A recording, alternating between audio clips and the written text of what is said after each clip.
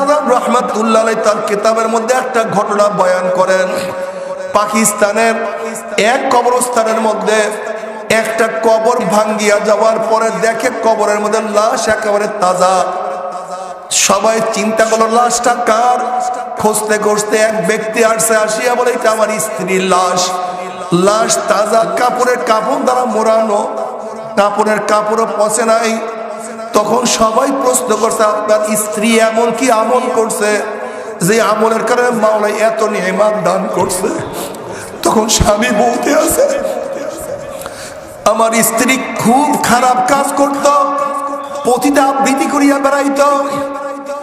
তারপর আমার স্ত্রী তওবা করছে, আমার সাথে বিবাহ হয়েছে।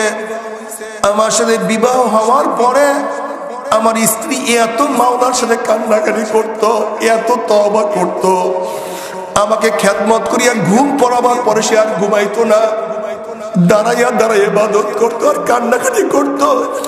সিজদায় পড়িয়া বলতো মাওলা রে গুনাহ করছি, তুমি কি মাফ করবা না? আমার কি উপায় হবে, আমি কিভাবে খবরে থাকবো? সারা রাত্র কান্ত। আবার ফজরের পরে জিকির আজকারের শেষ নামাজ পড়িয়া মাওলার সাথে কান্নাকাটি করতো। কানতে কানতে জীবনটাকে কাটাইয়া দিছে। আর বলতো মাওলা আমি 20টি পরিমাণ গুনাহ করি, বালুর কণিকা পরিমাণে গুনাহ করি, পানির ফোঁটা পরিমাণে গুনাহ করি, গাছের পাতা পরিমাণে গুনাহ করি, গোটা দুনিয়ার পশম পরিমাণে গুনাহ করি। তারপর আমার গুনার সীমা আছে, আমার গুনার সংখ্যা আছে, কিন্তু তোমার রহমতের সীমাও নাই, সংখ্যাও নাই। আমার গুনার দিকে না তাকাইয়া তোমার রহমতের দিকে তাকাইয়া মাওলা তুমি আমাকে মাফ করিয়া দাও। এই তওবা করত, কান্নাকাটি করার কারণে আমার মাওলা তাকে এই নিয়ামত দান করছে। এ আমার যুবক বাবারা, এ আমার মুরব্বী বাবারা, এ আমার পর্দার মা বোনেরা, আমাদের গুনার কোনো শেষ নাই। অনেক গুনাহ করিয়া ফেলাইছি, কিন্তু মাওলার রহমতের চেয়ে বেশি গুনাহ করতে পারি নাই, মাওলা পাকের মাগফিরাতের চেয়ে বেশি গুনাহ করতে পারি নাই। আমার মাওলা পাক রব্বুল আলামিন ডাক দিয়ে বলে কুল ইয়া ইবাদিয়াল্লাযীনা আসরাফু আলা আনফুসিহিম লা তাকনাতু মির রাহমাতিল্লাহ ইন্নাল্লাহা ইয়াগফিরুয যুনুবা জামিয়া। বান্দা তুই যত গুনাহ করো না কেন নৈরাশ হইস না। ও বান্দা নৈরাশ হইও না, আমার দরবার নৈরাশের দরবার না। ও বান্দা তুই যতই গুনাহ করো না কেন, যদি তওবা করার মতো তওবা করতে পারো, মাপ চাওয়ার মতো মাপ চাইতেই পারো। নবী আলাইহিস সালাতু ওয়াস সালাম ফরমান আত-তাইয়ুনা যানবে কামাল লা যানবালা।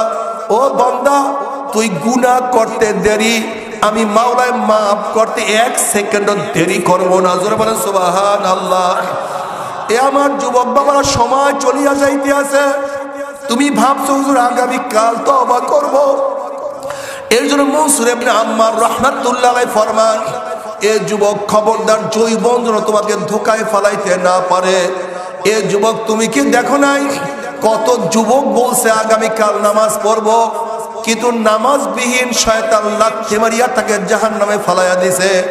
এ যুবক তুমি কি দেখো নাই কত যুবক বলছে আগামীকাল দাড়ি রাখবো, এই ধোকায় ফেলাইয়া শয়তান দাড়িবিহীন তাকে কবরে পাঠাইয়া দিছে। এ যুবক তুমি কি দেখো নাই কত যুবক বলছে আগামীকাল মদ ছাড়বো, কিন্তু মদ পান করতে করতে শয়তান লাথি মারিয়া তাকে জাহান্নামে ফেলাইয়া দিছে। এ যুবক তুমি কি দেখো নাই কত যুবক বলছে তওবা করব করব, করতে করতে তওবা ছাড়াই দুনিয়ার থেকে বিদায় হয়ে গেছে। এ যুবক খুব ভালো মতো বুঝো, শয়তান তোমাকে সব সময় বলে আগামীকাল আগামীকাল আগামীকাল। তুমি শয়তানকে বলো আগামীকাল না, আজকে আমি তওবা করব, আজকে আমি মাওলাকে সিজদা করব, আজকে আমি মাওলার পথ ধরব, আজকে আমার মাওলার কথা আমি মানব। যদি এইভাবে তওবা করিয়া মাওলার কবরে যাইতেই পারো, কবর জান্নাতের বাগিচা হয়ে যাবে। আর তওবা বিহীন যদি কবরে যাও, ওই কবর থাকবে না, কবরটা জাহান্নামের কুয়া হয়ে যাবে। আল্লাহ তুমি আমাদের সবাইকে মাফ করিয়া দাও। এরপরে কিয়ামতের ময়দান খুবই মারাত্মক। ইয়াউমা ইয়াফিরুল মারউ মিন আখিহি ওয়া উম্মিহি ওয়া আবিহি ওয়া সাহিবাতিহি ওয়া বানি। যে কিয়ামতের বর্ণনা আল্লাহ পাক কালামে পাকের মধ্যে দিবেন। গত করোনাকালীন আমরা এরকম কিয়ামতের বহু নিদর্শন দেখছি। ফেনীতে এক ব্যক্তি পেট্রোল পাম্পের চাকরি করিয়া কোন রকমের ছোট্ট একটা দোতলা বিল্ডিং করছে। সবাই নেটে দেখছো, খবরে দেখছো। ওই ব্যক্তির যখন করোনা হয়েছে, পরিবারের যখন সবাই জানছে করোনা হয়েছে, নিচের এক রুমের মধ্যে তাকে আটকাইয়া ফলাইছে। এবার ব্যক্তি স্ত্রীকে ডাক দেয়, ও আমার স্ত্রী, আমাকে এক গ্লাস পানি দাও। স্ত্রী ভয়তে তার কাছে পানি নেওয়া যায় নাই, অথচ ব্যক্তি বলছে, আমার স্ত্রী, আমি তোমার জন্য এমন কোনো ত্যাগ নাই যেই ত্যাগ করি নাই, তোমার জন্য সব কিছু আমি উজাড় করিয়া ফলাইছি। আজকে পানির পিপাসায় আমি মারা যাইতে আছে, আমাকে এক গ্লাস পানি দাও। স্ত্রী তার কাছে পানি নেওয়া যায় নাই। এবার ছেলেকে ডাক দাও, আমার ছেলে, তুই আমার ছেলে, একমাত্র ছেলে, সমস্ত সম্পত্তির টাকা পয়সা তোদের জন্য। আজকে তোর বাবা পানিবিহীন মারা যায়, আমাকে এক গ্লাস পানি দে। ছেলেও তার কাছে পানি নেওয়া যায় নাই। এবার মেয়েকে ডাক দেও, আমার মা, তুই আমার সবচেয়ে আপন, আজকে তোর বাবা পানিবিহীন মারা যায়, আমাকে এক গ্লাস পানি দে। মেয়েও তার কাছে পানি নেওয়া যায় নাই। এরকম পানি পানি করতে করতে পানি বিহীন ব্যক্তি দুনিয়াতে বিদায় হয়ে গেছে। যখন পরিবারের সবাই জানছে বাবা মারা গেছে, স্ত্রী জানছে স্বামী মারা গেছে, তখন তাকে ফালাইয়া দিয়া ঘরের মধ্যে তালাবদ্ধ করিয়া সবাই চলিয়া গেছে। যখন এলাকার লোকজন জানছে লোক মারা গেছে, তালা ভাঙ্গিয়া এলাকার লোকজন তাকে দাপন কাপনের ব্যবস্থা করছে। কিন্তু ছেলেও কাছে আসে নাই, মেয়েও তাকে পানি দেয় নাই, স্ত্রীও তার কাছে পানি নিয়ে যায় নাই। বাবারা, দুনিয়া কারু না, দুনিয়া কিছু না, বিপদে পড়িয়া দেখো, কেউ কারু না, আমার মাওলা ছাড়া কেউ আপন হইতে পারে না। আমরা বলি আল্লাহ আদমকে সৃষ্টি করেছেন, আদমের পাঁজরে হাওয়ার হাড্ডির থেকে হাওয়া আলাইহিস সালাম সৃষ্টি করেছেন, সেই জোরার থেকে গোটা দুনিয়া সৃষ্টি করেছেন। সেইভাবে চলতেছে, চলবে কিয়ামত পর্যন্ত। কি কথা ঠিক আছে না? গোটা দুনিয়ার মানুষ কয় ধরনের বিভক্ত? কি কি? আস্তিক মানে স্রষ্টাকে মানে, নাস্তিক স্রষ্টাকে। এই দিক থেকে হিন্দু আস্তিক, খ্রিস্টান আস্তিক, ইহুদি আস্তিক, বৌদ্ধ আস্তিক, সমস্ত ধার্মিকরা আস্তিক। তারা স্রষ্টা মানে, কিন্তু স্রষ্টা মানার পদ্ধতি এক না। স্রষ্টা মানার পদ্ধতি যেমন খ্রিস্টানরা স্রষ্টা মানে, কিন্তু একজন মানে না, তিনজন মানে। কয়জন?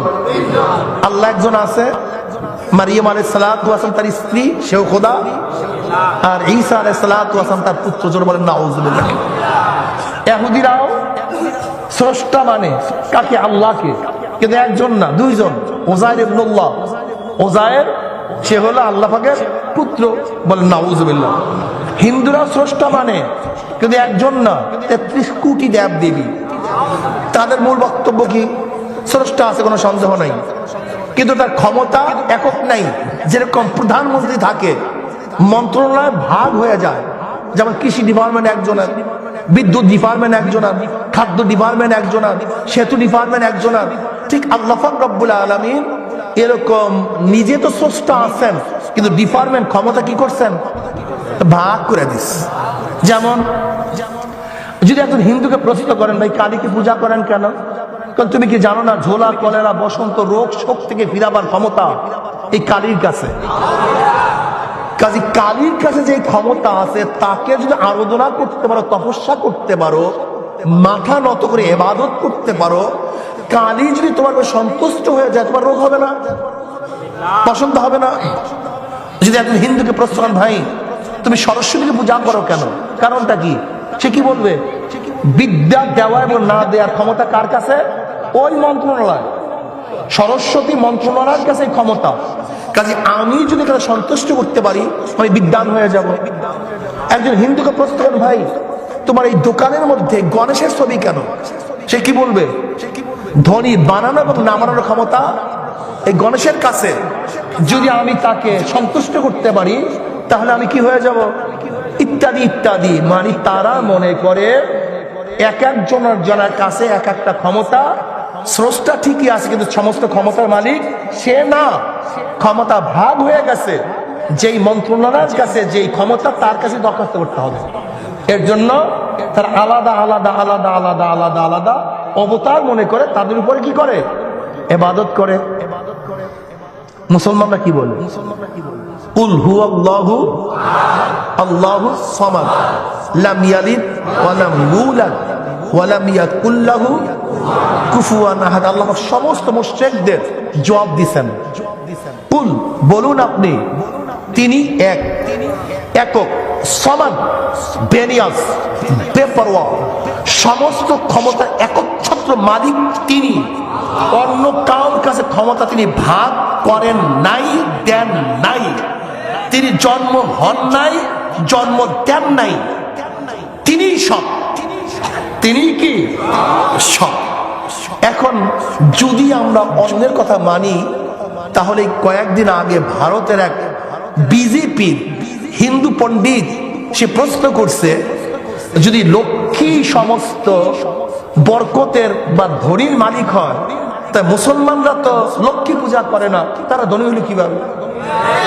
এই মানে তার মানে কয়েকদিন আগে মনে হয়, সপ্তাহ দুয়েক আগে মনে হয় না কি, দেখেন নাই বেটায় বিশাল ভেজালে পড়ছে। যদি হিন্দুকে প্রশ্ন করেন মনসা দেবীকে পূজা করো কেন, বলে সাপে কাটা এবং না কাটার মালিক মনসা। কাজে আমি মনসাকে যদি পূজা করি, আমাকে সে কি করবে না, ক্ষতি করবে না। তার সাপে কাটিয়ে কি হিন্দুকে মারে না? তার ফাদারে কি হয়েছে বলেন তো? যদি বলেন অগ্নিকে পূজা করো কেন, কিন্তু অগ্নিতে ক্ষতি করা এবং না করার ক্ষমতা কার কাছে? অগ্নিদেবীর কাছে, ওদের ভাষা। কাজে আমি যদি অগ্নিকে সন্তুষ্ট করতে পারি, আমি ক্ষতিগ্রস্ত হবে না। তাই আগুনে পুড়িয়া কি হিন্দুরা মরে না? তাহলে তোমাদের যুক্তি কোথায়? যুক্তি ঠিক নেই। সমস্ত ক্ষমতার মালিককে, হ্যাঁ, একচ্ছত্র, একচ্ছত্র, সমস্ত ক্ষমতার মালিক আলহামদুলিল্লাহ।